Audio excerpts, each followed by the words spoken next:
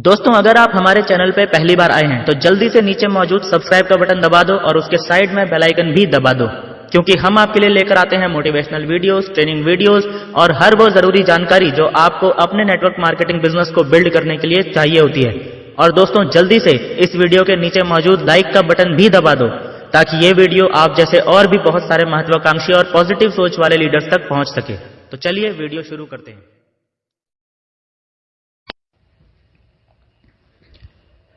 पिछले 2 महीने दिसंबर और जनवरी मंथ में आप सब लोगों ने देखा कि हर रोज लगातार हमने सबके लिए लाइव सेशंस किए।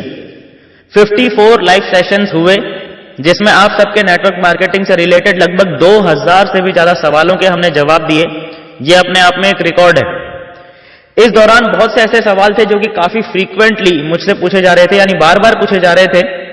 उन्हीं में से एक मोस्ट कॉमन सवाल जो लोग मुझसे बार बार पूछ रहे थे वो ये था कि ज्यादातर लोगों का कहना था कि सर मेरी टीम डेड हो गई है, या सर मेरी टीम ठंडी हो गई है, सर मेरी टीम टूट गई है, सर मेरी टीम के लोग काम ही नहीं करते।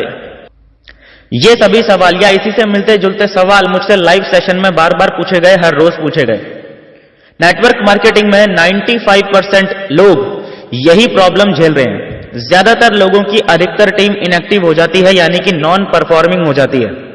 इसी सिचुएशन के लिए हमारी हिंदी भाषा में कहावत का इस्तेमाल किया जाता है, गई भैंस पानी में। अब आप कुछ भी कर लो, वो भैंस जल्दी पानी से निकलने वाली नहीं है। यानी ये एक ऐसी सिचुएशन है जहां पर आपकी करी कराई मेहनत पर पानी फिर जाता है। सो हमारी टीम इनएक्टिव या नॉन परफॉर्मिंग क्यों हो जाती है, इसके कुछ बेसिक रीजंस मैं आपसे अभी इस वीडियो में शेयर करूंगा, और साथ ही साथ मैं आपको इस वीडियो में एक ठोस और 100% वर्किंग टेक्निक बताऊंगा जिससे कि आप अपनी टीम को इनएक्टिव होने से आसानी से रोक पाएंगे। लेकिन उससे पहले जल्दी से वीडियो के नीचे कमेंट करके मुझे बताइए कि क्या आपकी भी टीम इनएक्टिव हो गई है? यदि हां, तो कितनी टीम इनएक्टिव हो गई है? 10%, 20%, 50%, 80% या 100%? जल्दी से अपना जवाब कमेंट बॉक्स में लिख दीजिए। सबसे पहले तो हमें यह समझना जरूरी है कि टीम इनएक्टिव होती क्यों है। ऐसा क्या हो गया कि जो व्यक्ति बड़ी उम्मीदों के साथ आपकी टीम में ज्वाइन हुआ था वो कुछ ही दिनों में हताश निराश होकर घर बैठ गया? क्या कारण है? क्या कंपनी में प्रॉब्लम है? क्या प्रोडक्ट्स में प्रॉब्लम है? क्या इनकम प्लान में प्रॉब्लम है? क्या उस व्यक्ति में अक्ल नहीं है? क्या उस व्यक्ति के कुछ सपने नहीं है? क्या प्रॉब्लम है? प्रॉब्लम एक्चुअल में बाहर कहीं नहीं है, प्रॉब्लम वास्तविकता में हमारे अंदर है। असली बात तो यह है कि टीम इनएक्टिव होती नहीं है, हम खुद टीम को इनएक्टिव होने देते हैं। हमें पता ही नहीं होता कि टीम को लगातार मोटिवेट रखने के लिए हमें क्या करने की जरूरत है। आपको सबसे पहले यह पॉइंट अपनी डायरी में नोट करना होगा कि जिस तरह से भैंस खुद दूध नहीं देती, भैंस का दूध निकालना पड़ता है, ठीक उसी तरह से आपकी टीम भी अपने आप काम नहीं करती, टीम से काम करवाना पड़ता है। और टीम सिर्फ उन्हीं लोगों की काम नहीं कर रही होती जिन्हें टीम से काम करवाना नहीं आता है। सो वो एक चीज जो आपको सीखने की जरूरत है इस प्रॉब्लम से बाहर आने के लिए, वो यही है कि आपको टीम से काम करवाने का सही तरीका सीखना है। सो इसी जवाब से एक नया सवाल खड़ा होता है कि टीम से काम करवाने का सही तरीका क्या है। अगर ये पता चल जाए तो इसे हम अच्छे से ग्राउंड में इंप्लीमेंट कर लेंगे तो प्रॉब्लम सॉल्व। इसी सॉल्यूशन के बारे में मैं आपको इस वीडियो में डिटेल में बताने वाला हूं, लेकिन उससे पहले यदि अभी तक आपने इस वीडियो के नीचे लाइक का बटन नहीं दबाया है तो कृपया दबा दीजिए ताकि ये जरूरी इंफॉर्मेशन आप ही के जैसे और भी महत्वाकांक्षी लीडर्स तक पहुंच सके। Thank you. चलिए आगे बढ़ते हैं इस वीडियो में। एक्चुअली टीम बनाना और टीम से काम करवाना ये नेटवर्क मार्केटिंग बिजनेस के 2 अलग अलग पहलू हैं। या अगर मैं ये कहूं कि आपका पूरा नेटवर्क मार्केटिंग करियर इन्हीं 2 भागों में बटा हुआ है तो ये बात भी पूरी तरह से सही है। आपको एक सफल नेटवर्कर बनने के लिए इन दोनों ही कामों में महारत हासिल करना बेहद जरूरी है। जब हम बात करते हैं टीम बनाने की, तो टीम बनाने के लिए हमें कुछ बेसिक काम सीखने पड़ते हैं और करने पड़ते हैं। ये बेसिक काम होते हैं list making, invitation, show the plan, edification, follow up, testimony और क्लोजिंग।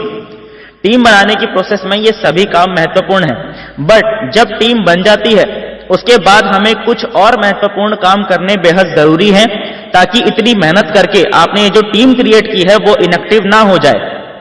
इस वीडियो में और आने वाली कुछ वीडियोस में हम एक एक करके उन सभी कामों के बारे में डिटेल में बात करेंगे। इसीलिए मैं एक बार फिर से आप सभी से रिक्वेस्ट करना चाहूंगा कि आने वाली कोई भी वीडियो आपसे मिस ना हो, इसके लिए जिसने अभी तक इस चैनल को सब्सक्राइब नहीं किया है, सब्सक्राइब कर लीजिए। तो सबसे पहला काम जो आपको अपनी टीम को एक्टिव बनाए रखने के लिए करना जरूरी है वो है FIM। FIM यानी फर्स्ट इंफॉर्मेशन मीटिंग। जैसा कि इसके नाम से ही पता चल रहा है कि ये वो मीटिंग होती है जो कि किसी व्यक्ति की ज्वाइनिंग के बाद उसकी सबसे पहली मीटिंग होती है। कई मायनों में ये मीटिंग महत्वपूर्ण है। फर्स्ट इंफॉर्मेशन मीटिंग के अंदर आपको 3 बेसिक काम करने होते हैं। हर व्यक्ति ध्यान से समझिए इस बात को। इस बात का खास ख्याल रखें कि FIM व्यक्ति की ज्वाइनिंग के तुरंत बाद यानी 24 घंटे के अंदर होना बेहद जरूरी है। और इस FIM के अंदर जो सबसे पहला काम आपको करना है वो ये है कि आपकी कंपनी का जो इनकम प्लान है वो इनकम प्लान आपने एक बार फिर से फुल डिटेल में एक्सप्लेन करना है। आप पहले कर चुके हैं, मुझे पता है। आप पहले हो सकता है 2 बार 3 बार भी प्लान एक्सप्लेन कर चुके हैं, ये भी मुझे पता है। लेकिन FIM के अंदर आपकी कंपनी का कंपनसेशन प्लान आपने एक बार फिर से सामने वाले को समझाना है, क्योंकि आपने जो उसे प्लान पहले समझाया था वो आपने उसे एक गेस्ट की तरह प्लान समझाया था, और अब जो आप उसे प्लान समझाएंगे वो आप उसे एक टीम मेंबर की तरह प्लान समझाएंगे।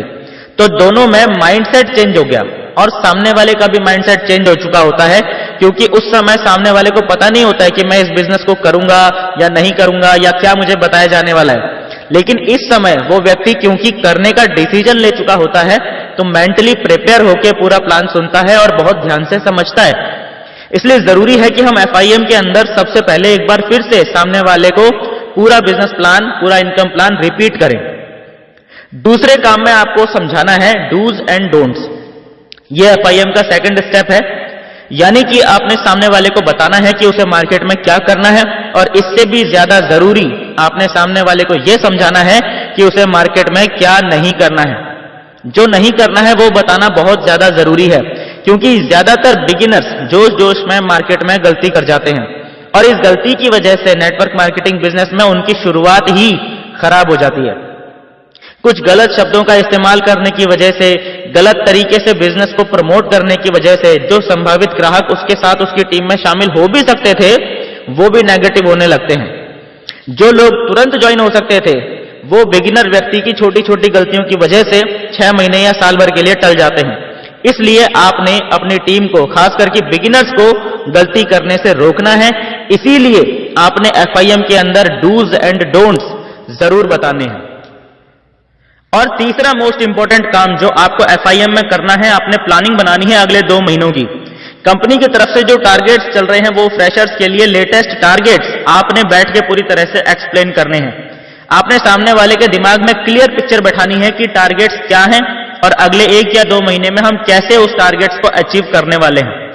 यानी टारगेट्स पूरी तरह से एक्सप्लेन करना है, और टारगेट को अचीव करने का पूरा रोड मैप आपने वहां बैठ के उस व्यक्ति के लिए तैयार करना है। उस व्यक्ति से आपने बोलना है कि भाई देख, 2 महीने बचे हैं इस टारगेट को अचीव करने के लिए, और आज से मैं तेरे साथ जुटने वाला हूं तेरा ये टारगेट अचीव करवाने के लिए। क्योंकि अब आप मेरी टीम में आ गए हो तो मेरा ये फर्ज बनता है कि मैं आपको हर संभव मदद करूं आपका ये टारगेट अचीव करने में। तो सामने वाले के अंदर एक्साइटमेंट आ जाएगा, अरे वाह, बैंकॉक ट्रिप क्वालिफाई होने वाली है 2 महीने के अंदर। और फिर एक्चुअल में आपने ईमानदारी के साथ जुटना है उस व्यक्ति को बैंकॉक ट्रिप क्वालिफाई करवाने के लिए, थाईलैंड ट्रिप क्वालिफाई करवाने के लिए, या जो भी आपकी कंपनी में टारगेट चल रहा है, बाइक का टारगेट चल रहा है, लैपटॉप का टारगेट चल रहा है कंपनी की तरफ से, वो टारगेट जो बेसिक टारगेट्स आते हैं कंपनी की तरफ से फ्रेशर्स के लिए, उन टारगेट्स की बैठ के आपने पूरी प्लानिंग बनवानी है FIM के अंदर। वहीं पे बैठ के आपने उस व्यक्ति को उसका रोल बताना है, यानी टारगेट को अचीव करने के लिए वो क्या क्या काम करेगा और आप उसका टारगेट अचीव करवाने के लिए क्या काम करोगे, ये वहीं पे बैठ के बताना है, ताकि उसे क्लियर पता चल जाए कि उसे क्या करना है, ताकि कोई भी कंफ्यूजन ना रहे। तेरा रोल है लिस्ट बनाना, तेरा रोल है इनविटेशन करना। कैसे करना है वो मैं बताऊंगा, वो मैं सिखाऊंगा। सो लिस्ट मेकिंग और इनविटेशन ये तुम्हारा काम है। प्लान दिखाना फिलहाल तुम्हारा काम नहीं है। प्लान नहीं बताओगे आप किसी को, प्लान दिखाने के लिए मुझे बुलाना, मैं आऊंगा प्लान देने, मैं आऊंगा फॉलोअप करने। समझ में आया ना? लिस्ट तेरी, इनविटेशन तेरी, प्लान, फॉलोअप और क्लोजिंग मैं करूंगा। सो इस तरह से सामने बैठकर आपने उसका रोल पहले ही दिन उसके दिमाग में सेट कर देना है। टीम इनएक्टिव क्यों हो जाती है हमारी? क्योंकि उनका टारगेट सेट करवाना तो बहुत दूर की बात है, हमारा खुद का ही टारगेट सेट नहीं होता। वो क्या हमारी बात मानेंगे? हम खुद ही अपने सीनियर्स की बात नहीं मानते और वही गलती होती है। लोग कहते हैं सर मेरी टीम डुप्लीकेट नहीं हो रही। अरे भाई डुप्लीकेट कैसे होगी?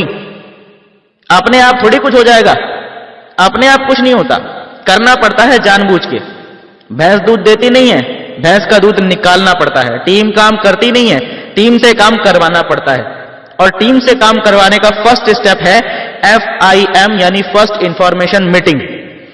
FIM के बाद भी कुछ काम होते हैं जो आपको रेगुलरली करते रहने जरूरी हैं अपनी टीम को लगातार एक्टिव बनाए रखने के लिए।